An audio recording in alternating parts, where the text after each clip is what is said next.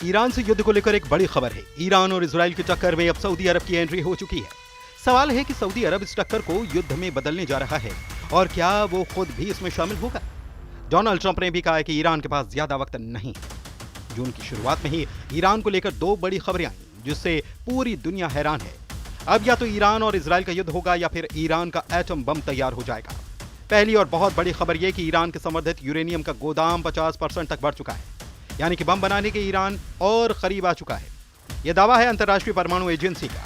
दूसरी खबर यह है कि ईरान, अमेरिका, इजराइल इन तीनों की टक्कर में अचानक से एंट्री हो चुकी है सऊदी अरब की। और सऊदी अरब की चेतावनी है कि ईरान अगर बातचीत से पीछे हटा तो ईरान का इजराइल और अमेरिका से युद्ध फाइनल है। परमाणु बम से लेकर युद्ध को लेकर जो नए समीकरण बने हैं वो पूरे पश्चिम एशिया को जला सकते हैं। ईरान और इजराइल के युद्ध वाले तेवरों के बीच सऊदी अरब के आने का क्या मतलब है? सऊदी अरब के क्राउन प्रिंस मोहम्मद बिन सलमान ने अचानक ईरान और इजराइल की लड़ाई में क्या उलटफेर करने की कोशिश की है? बड़ी खबर क्या है, इसे बहुत गौर से समझिएगा। मोहम्मद बिन सलमान ने अपने रक्षा मंत्री के जरिए ईरान तक ऐसी खबर भेजी। इस खबर को समझिए, इस चेतावनी को समझिए, इसे वार्निंग या फिर धमकी कुछ भी समझिए, लेकिन मैसेज तेहरान पहुंचाया गया। मैसेज ये कि ईरान अब परमाणु मुद्दे पर अमेरिका से बातचीत चुने या फिर युद्ध के लिए तैयार हो जाए। सऊदी अरब ने ईरान से कहा कि ईरान को अमेरिका के राष्ट्रपति डोनाल्ड ट्रंप से परमाणु मुद्दे पर बात करनी चाहिए, नहीं तो इजराइल से युद्ध होने की पूरी गारंटी है। 17 अप्रैल 2025 को सऊदी अरब के रक्षा मंत्री प्रिंस खालिद बिन सलमान ईरान के सर्वोच्च नेता अली खामनेई से मिले थे। यह मीटिंग तेहरान में हुई और इस बैठक को लेकर कई तरह के कयास निकाले गए। मैसेज मॉस्को भी गया, व्हाइट हाउस भी गया, तेल अवीव से लेकर गाजा तक गया। इस मीटिंग को लेकर जो खबर छपी है उसे ईरान और इजराइल के बीच युद्ध भड़काने वाले शोलों को एक्टिव कर दिया है।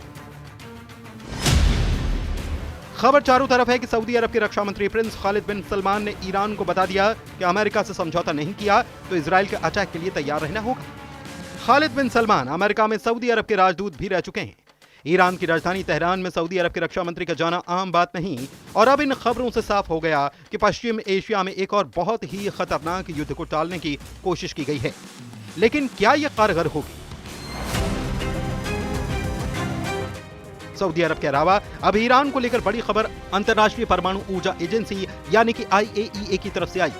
IAEA की सीक्रेट रिपोर्ट में दावा किया गया कि ईरान ने मिलिट्री ग्रेड यानी कि 60% तक शुद्ध यूरेनियम का स्टॉक बढ़ा लिया है। संवर्धित यूरेनियम का ये लेवल परमाणु हथियार बनाने के बेहद करीब माना जाता है। हालांकि ईरान ने खबर को खारिज किया, इसे झूठ का पुलिंदा करार दिया।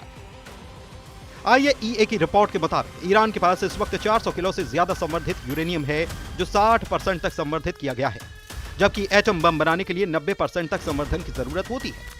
IAEA की सीक्रेट रिपोर्ट में दावा किया गया कि अगस्त 2024 में ईरान के पास 164 किलो संवर्धित यूरेनियम था।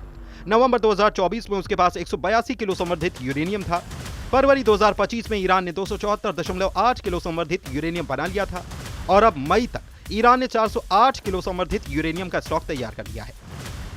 ईरान इस रिपोर्ट को खारिज कर रहा है, लेकिन IAEA की गोपनीय रिपोर्ट ऐसे वक्त में आई जब अमेरिका और ईरान के बीच परमाणु समझौते को लेकर बातचीत चल रही है और डोनाल्ड ट्रंप को उम्मीद है कि 2 हफ्तों में कोई अच्छा नतीजा निकल सकता है।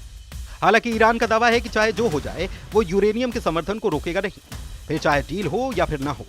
वैसे ईरान और इजराइल के बीच तनाव को लेकर ट्रंप ने जो फैसला किया है उसे लेकर ईरान का ट्रंप पर शक गहराता जा रहा है। मई महीने में ही डोनाल्ड ट्रंप खाड़ी देशों का बड़ा दौरा कर चुके हैं, जहां पर वो सऊदी अरब से लेकर कतर और UAE तक गए और उनके इस दौरे से लगा कि ईरान को लेकर जो फैसला अमेरिका ने किया उसमें कुछ बड़ा हो सकता है। देखा जाए तो हर 24 घंटे में ईरान के खिलाफ अमेरिका और इजराइल की टक्कर नए नए मोड़ ले रही है। ईरान और अमेरिका के बीच कई दौर की बातचीत हो चुकी है। 10 दिन पहले तक लग रहा था कि इजराइल ने ईरान पर हमले का फैसला कर लिया, बस खबर आनी बाकी है। लेकिन नेतन्याहू के दफ्तर से आई खबर ने साबित कर दिया कि ईरान को लेकर उनके जज्बात अचानक बदल गए। नेतन्याहू के युद्ध वाले तेवर ठंडे पड़ गए। डोनाल्ड ट्रंप की एक फोन कॉल ने इजराइल के एक्शन प्लान पर ऐसा बम गिराया कि नेतन्याहू भूल गए कि उन्होंने ऑपरेशन तेहरान नाम का कोई सीक्रेट मिशन तैयार किया है।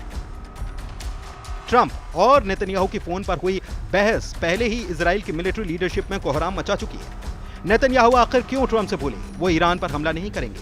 क्या ईरान से डर गया है इजराइल? नेतन्याहू ने कहा कि ईरान पर हमले वाले ऑपरेशन के बाद फेक न्यूज है और इसीलिए सवाल उठ रहा है कि इजराइल किससे घबरा गया। ये ट्रंप का खौफ है या ईरान के तेवर? ट्रंप और नेतन्याहू की फोन पर हुई बहस का पूरी दुनिया को पता चल गया। पिछले 1 महीने में दुनिया ने डिएगो गार्सिया में B-2 बॉम्बर्स देखे हैं और ईरान के आसपास अमेरिका का बैटल ग्रुप भी देखा है। लेकिन अचानक से केमिस्ट्री बदल गई और अभी तक ये हर पल बदलती जा रही है। अमेरिका से इजराइल तक और यूरोप से अरब वर्ल्ड तक मीडिया में छप चुका है कि ट्रंप ने नेतन्याहू को कहा कि ईरान पर हमला नहीं करना, ईरान से दूर रहना, नहीं तो अमेरिका इजराइल का साथ नहीं देगा। सवाल है कि क्या सऊदी अरब वाली खबर और साथ में अंतर्राष्ट्रीय परमाणु एजेंसी वाली खबर डोनाल्ड ट्रंप का मिजाज बदल सकती है?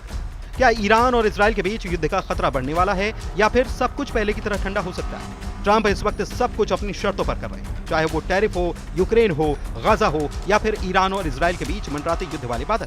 ट्रंप ने बहुत साफ साफ मैसेज दे दिया है। वहीं नेतन्याहू पर ईरान के खिलाफ नर्म पड़ना ये पूरी दुनिया के लिए बहुत बड़ी खबर है, क्योंकि एक हफ्ते पहले इस बात की चर्चा शुरू हो चुकी थी कि इजराइल किसी भी वक्त ईरान पर हमला कर सकता है। इसीलिए नेतन्याहू के बैकफुट पर जाने पर भी सवाल उठ रहे हैं।